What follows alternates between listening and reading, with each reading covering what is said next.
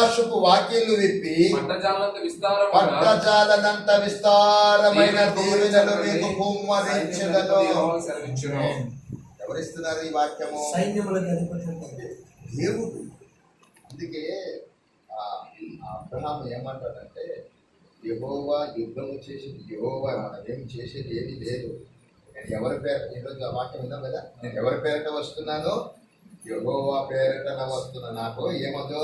ఈట వద్దు, కత్తి వద్దు, కవచములు వద్దు. యేసు క్రీస్తు పరిశుద్ధమైన దేవుని యొక్క నామములో వస్తున్నాను. యెహోవా పేరిట నీ దగ్గరికి వస్తున్నాను.